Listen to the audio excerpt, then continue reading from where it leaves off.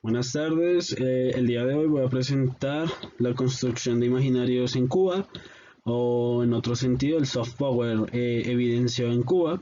Entonces espero que sea de su agrado. Como poder vicario, aquel, digamos, prestigio que tiene la región en cuanto a su propia cosmovisión, podemos tener un deporte en el cual los cubanos a nivel internacional y a nivel nacional han destacado demasiado, especialmente en el voleibol, en el béisbol y en el boxeo, que han sido sus principales deportes característicos o los que más se practican en el país. Cuba tiene el lugar 18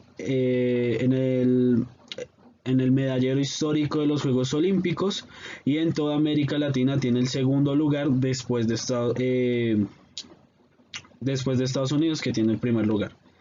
Como podemos ver en la imagen, tenemos a, espero haberlo pronunciado bien, Mijaín López Núñez, que es un luchador de las características greco-romanas. Es un 5 veces campeón mundial y, y un tetracampeón un tetracampeón.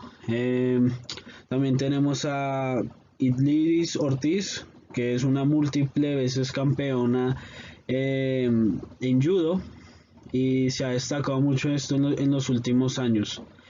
Eh, Esto es pues para evidenciar pues mm, este destacamiento dentro del deporte. Por el otro lado, voy a hacer más énfasis después, pero por lo menos en Cuba tiene un gran refuerzo en sentido de la historia de la revolución que vivió, y no de la revolución de España, sí, de España en el año 1895, si no estoy mal, sino hablamos de la revolución de 1959, que ya vamos a hablar más a detalle de esto. Pero el caso es que es un poder vicario que ha surgido en Cuba y ha tenido una gran trascendencia a nivel internacional, especialmente en América Latina, siendo como un componente especial debido a su historia y al romanticismo que se le ha dado a ella. Tanto una historia de lucha contra, por decirlo así, un poder mm, muy subversivo, un poder casi imposible de derrotar, siendo una historia, como lo dije, un poco romantizada sobre la lucha del pueblo contra el poder. Pues es una forma de decir, una forma de que algunos cubanos estén orgullosos, ¿no? En ese sentido.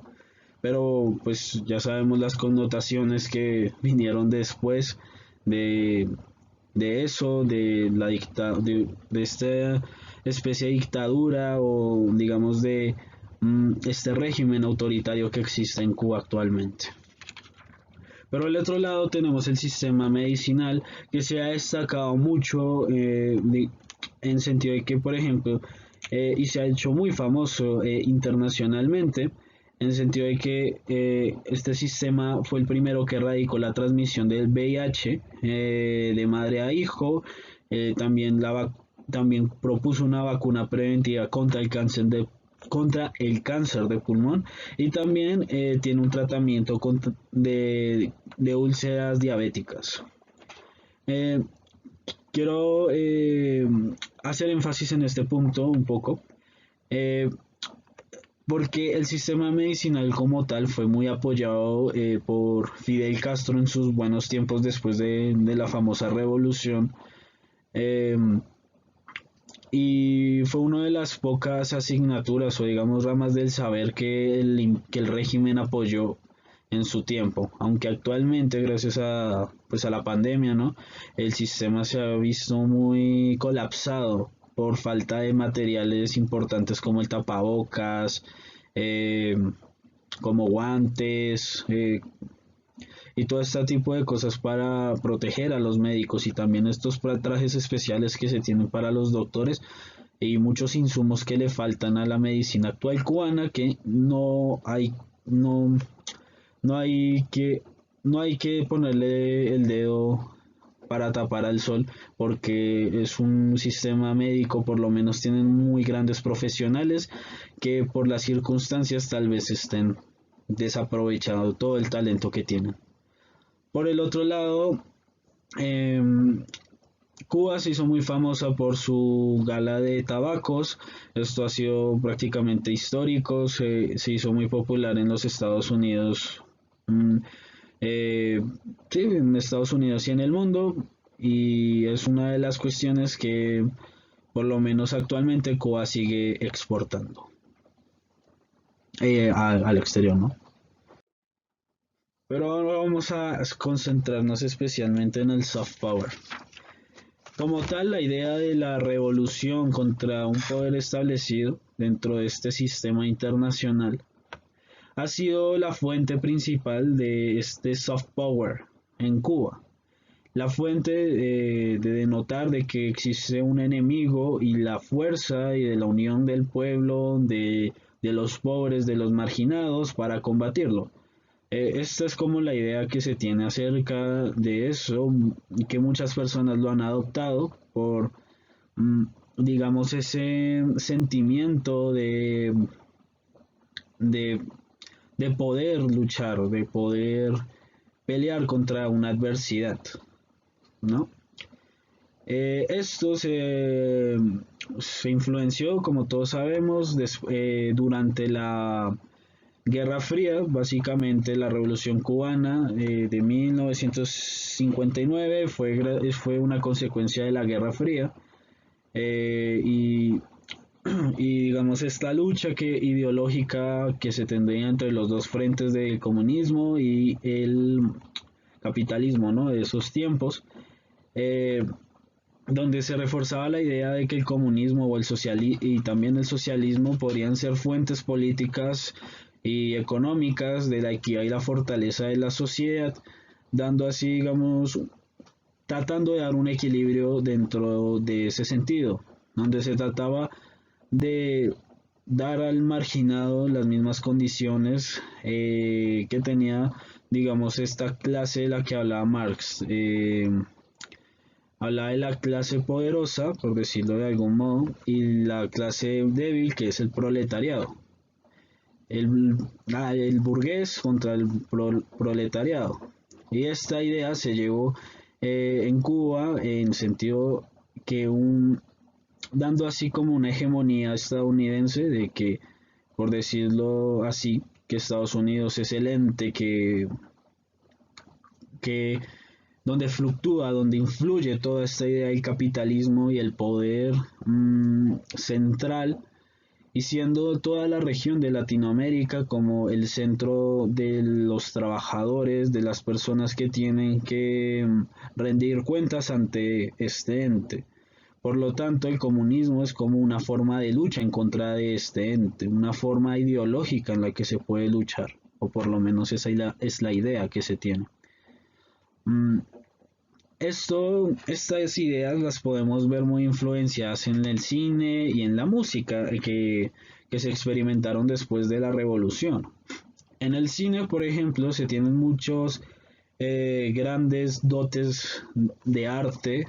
El más significativo fue el que vimos, que es Memorias del Subdesarrollo, que nos cuenta la historia de Manolo, eh, un hombre conflictuado sobre su estancia dentro de la isla, que tiene problemas en cuanto a su forma de pensamiento, porque por alguna parte no se quiere quitar, no quiere irse de su origen, de lo que conoce, y por otra parte piensa que las personas del común tienen una dificultad, eh, una mentalidad muy subdesarrollada, como su nombre lo dice, una mentalidad débil, ¿no?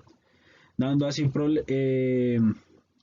y también pues nos da un poco la visión de la guerra que se estaba empezando, de la guerra que se empezó a vivir, cómo esto empezó a afectar a la población en el sentido de que empezó, sí, se empezó a dar esta idea de la guerra, perdón, de la carrera armamentística, y siendo uno de los puntos importantes Cuba.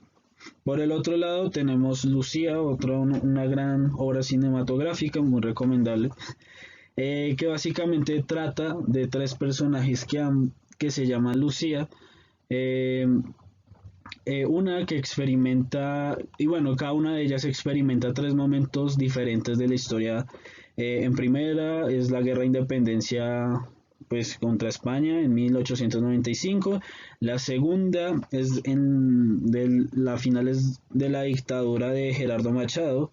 Y por último es después de 1959, haciendo referencia claramente a la revolución de Fidel Castro. Y por último tenemos Fresa y Chocolate, que es una historia de dos personalidades un tanto distintas. Un hombre muy arraigado a sí, digamos, a ese conservadurismo, y por el otro lado a un artista homosexual. Eh, un, y como podemos ver, todas estas películas tratan de retratar una realidad, mm, dentro de la isla, ¿no? Y al mismo tiempo trata como de hacer una crítica, dependiendo del punto de vista, sobre ya sea la revolución, el pensamiento y sobre las formas de actuar de las personas, o digamos esas ideas que se dan las personas acerca de algunas costumbres y cuestiones que no están muy bien adaptadas al sistema cultural cubano. Por el otro lado tenemos la música que, después, que como tal se destaca, de una fila, por decirlo así, que viene de las raíces africanas, españolas y bueno, europeas y africanas en parte. Eh, y también especialmente las que alaban la revolución. En parte también podemos dar cuenta de la música, en dos sentidos. Uno, la música crítica en contra del régimen cubano, y por otra parte la música que alaba al régimen cubano. Dos exponentes, por ejemplo, es um, Silvio Rodríguez y Celia Cruz, que mientras Silvio Rodríguez alabó todo el proceso de revolución y la idea de la idea romántica que tiene, digamos, personajes como el Che Guevara. Celia Cruz, por el otro lado, hizo más cuestiones de crítica hacia este modelo, y pues fue ella la que pues sacaron del país, bueno, pues que sacaron del país, y pues podemos ver, digamos, una especie de censura en ese sentido, pero pues eso. Pero el caso es que la música cubana puede darse en dos sentidos. Uno, que es todo lo que tenga que ver con la revolución, u otras que ya son más de cuestiones culturales arraigadas eh, hacia a las costumbres que tienen, ya sea sobre las costumbres europeas o las costumbres traídas por África, en África, sí, extraídas de sentido. Por el otro lado, eh, vamos a hablar de estos prejuicios que tiene el país al respecto. Y como se ha visto en el largo de este discurso, Cuba siempre ha tenido un disgusto sobre su vecino en el norte, que es Estados Unidos, ¿no? Eh, Puesto y visto que, como todos ya saben, Cuba tiene muchos problemas a nivel estructural, eh, por lo cual muchas personas han decidido tener esta conducta de emigrar hacia Estados Unidos, eh, que pues ha sido, digamos, también una fuente de discusión dentro de la cultura cubana. Un conflicto que que ha marcado también la historia, como lo dije, este sentido, este sentimiento de luchar contra una potencia que se consideraba imposible de tocar, eh, hace que, digamos, Cuba siga teniendo, digamos, estos problemas contra Estados Unidos, contra esta idea de capitalismo que aún subyace de la mentalidad de los mismos políticos y las personas que habitan en la isla, eh, que, que al día de hoy siguen teniendo una mentalidad de la Guerra Fría. Me refiero que, que aún sigue esa mentalidad de que existen dos bloques o que existe un bloque intransigente, un bloque poderoso que no se puede tocar.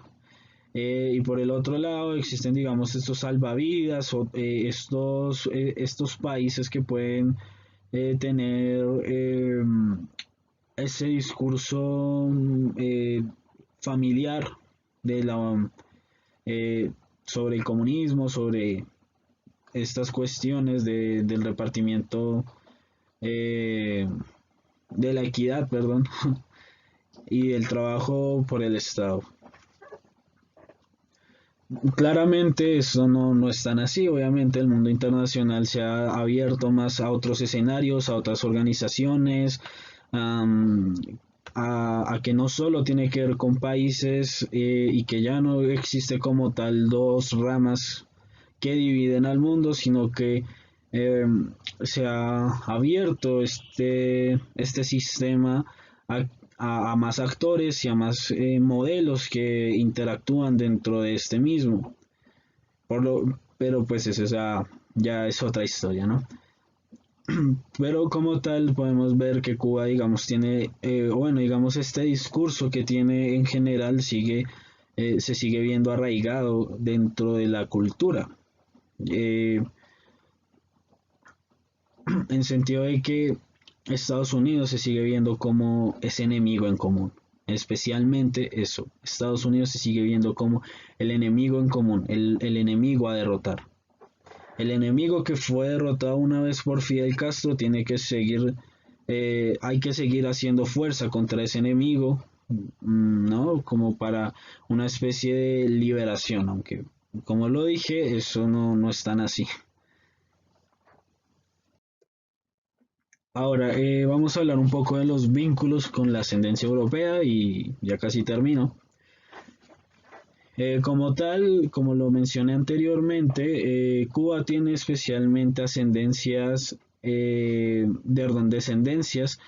con la cultura española, la africana y el Caribe. Como toda América Latina, tiene especialmente descendencia española en lo que es el catolicismo, la religión, ¿no? La comida, el idioma y un poco la música. Eh, y Pero digamos que esta fluctuación de estos tres, que es la descendencia española, la africana y la caribeña, se han visto especialmente en la música, en la comida e inclusive en la religión, que muchas han estado muy conectadas con religiones africanas, eh, comidas también hechas especialmente de, de estas tres tradiciones, la música criolla que está especialmente inspirada en la española y en la africana, que tratan también digamos, de mostrar, digamos, esta cultura eh, o esta realidad cubana, pues, dentro de este escenario artístico. Ya sea, e inclusive la misma religión, la música habla. Ya sea, ya sea de cuestiones religiosas, de africanas, o, pues, o bailes, o cualquier otra, este tipo de cuestiones que como tal, dentro del escenario cubano, han tenido, digamos, una gran escalonada y han tenido, digamos, mm, esta enseñanza de de estas de estas tres, digamos, de estos tres elementos, de estos tres elementos que han intervenido en la isla. que es la cultura africana, la española y la caribeña que se fue desarrollando a través de los años. Disculpen por esa interrupción, fui a tomar agüita. Bueno, voy a seguir comentando un poco, ya casi termino. El caso es que la cuestión de la migración ha sido especialmente, pues por lo que lo mencioné antes, por dificultades que han existido en la isla, que la población no se siente feliz o a gusto en la isla, y por eso se tiene que trasladar a Estados Unidos. Sin embargo, la cultura se ha llevado a esa parte del mundo. eh, un poco arraigada, e incluso muchos expertos han dicho que esta cultura latina, incluyendo obviamente a la cubana, ha dado énfasis también a desarrollar como tal una cultura también estadounidense, por decirlo de algún modo. Pero bueno, ya cerrando el tema, quisiera mencionar que en Estados Unidos también Cuba ha tenido una gran inferencia dentro del patrimonio cultural, dentro de cómo se cuentan historias dentro del arte. Y quisiera mencionar a dos películas que pues muchos conocemos, son un gran exponente, grandes clásicos que son El Padrino y Scarface, especialmente El Padrino 2, que nos cuentan cómo fue este proceso de la Revolución Cubana y los procesos de migración interregional que se dieron, mm, y que tuvieron que realizar algunos estos cubanos, ¿no? Debido a lo que, digamos, no mucho se habla o que el gobierno no dice mucho, que son, por ejemplo, la deshumanización de las personas, que las desapariciones, etcétera, etcétera, que han ocurrido a través del tiempo, inclusive en las protestas de julio, ocurrieron debido a que el gobierno por lo general tiene una perspectiva un poco errática en contra de las personas que protestan en contra del régimen. Eh, un poco subversiva, ¿no? Tratando, digamos, a estas personas en cuestiones de desaparición. Es más, también se criticó que la Organización de Naciones Unidas no haya condenado a la isla como uno de los lugares donde se violaron los derechos humanos debido a estos actos. Pero bueno, digamos que como tal la migración interregional es algo muy normal en Cuba, ya sea desde balsas, desde barcos, bueno, desde balsas, perdón. Eh, y, y que sea, digamos, por este malestar infraestructural y sistemático que hay dentro de la isla. Muchas gracias y disculpen por el tiempo. Hasta luego.